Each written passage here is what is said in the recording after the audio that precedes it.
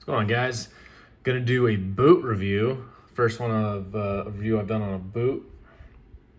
But today we're gonna talk about the Garmont T8 Bifta boot. So I got these, I don't know, 4, 5 years, 5, 6 maybe. I'm not sure.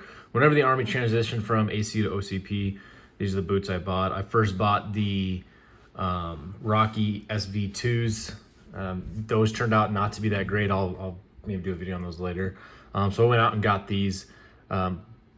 Put some serious miles on these in the past. Not so much recently. It's been a little while. And there goes my vacuum jet turning on. 1 second. But anyways, so feel pretty good, comfortable doing a review on these. Now that I'm out of the military, I'm that guy that still wears boots. You know, when I need to wear a boot, this is what I'll wear. I'm not made of money, and these are good boots, so I wear them. All right, so let's talk a little bit about them. They are Vibram soled, good hard soled boot. They're probably the best all-around boot in my opinion. Unbelievably comfortable. These aren't like the boots that you take off at the end of the day, long day, and you're like, damn, this is what, you know, females must feel like taking bras off. These are, you know, taking like a tennis shoe off. They're really comfortable. I've made them more comfortable predominantly by cutting off. There's like a lace point here that stuck out, and it just jutted. You bend over and you crease your boot, and it just sticks into the side of your foot. Let me see if I can do this without messing up.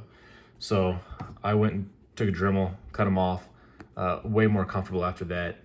Good ventilation. The leather is held up well. The nylon's held up well. I think on this other side you can kind of see.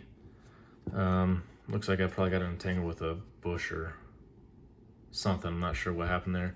The only thing that's maybe not the most durable, so we were doing some patrols, and the laces, they kind of catch, they're pretty soft fabric, and they'll catch shrubs, bush, just vegetation in general. They start to kind of fray. On my other boot, they've frayed a little bit more. But overall, fabulous boot. Can't say enough about it. So 23 ounces. I think it's not the lightest boot out there, but it's certainly not the heaviest, and it's the best all around. Whether you're doing long missions throughout the day, you're doing, you know, you're putting in 10 to, I don't know, 18 miles. These have done well. Very comfortable.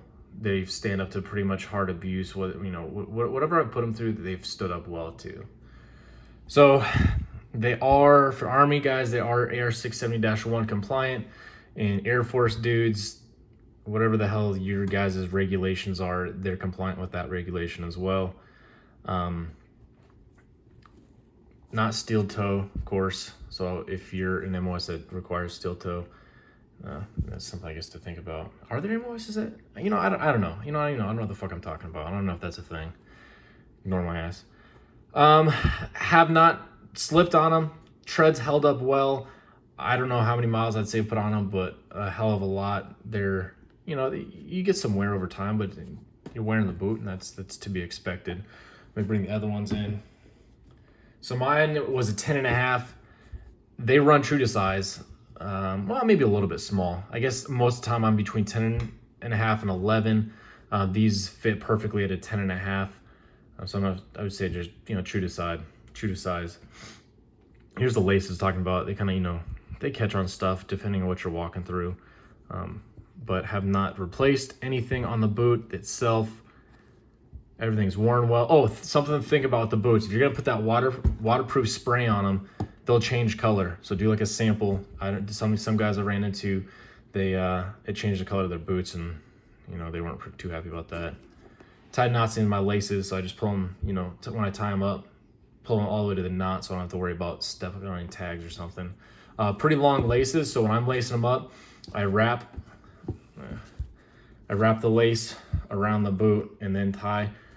They're long enough to do that. I like it. It feels comfortable. Good strong pull tab. That's maybe the one thing to think about if you're in a rush and trying to put the boots on. They're not the fastest. Take your time, unlace them all the way down the boot when you're taking them off. You know, prepare yourself that. It's just like backing a truck in. take the time to do that. If you need to put them on fast, they're easier to put it on fast. But if you don't do that, you're gonna get stuck, and they're not most flexible as far as being able to. There's that Garmont logo. Damn, my backdrop sucks. Yep. Metallic eyelets, so they've held up, except for the ones that I took Dremel to. Yeah, couldn't recommend them more. Usually, guys, that here's our vent holes. Whatever boot you wear, it's just, the socks that you wear are just as important as the boot. So make sure you're pairing up well. Breaking mins, kind of your standard boot break-in is what you probably should go for. Heels, the only place that may have rubbed a little bit if I think back to when I first wore them. But as with any boot, you just wear it through. Break-in as well. It's, soft leather. So these are the Garmont T8 Biftas.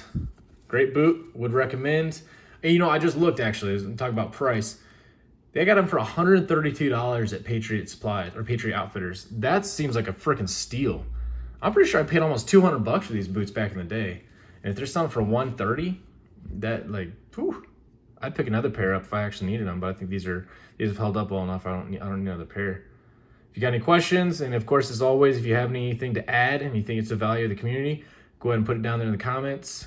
Go ahead and like the video if you think it's valuable and think other people should watch it. This is USA Made. Peace.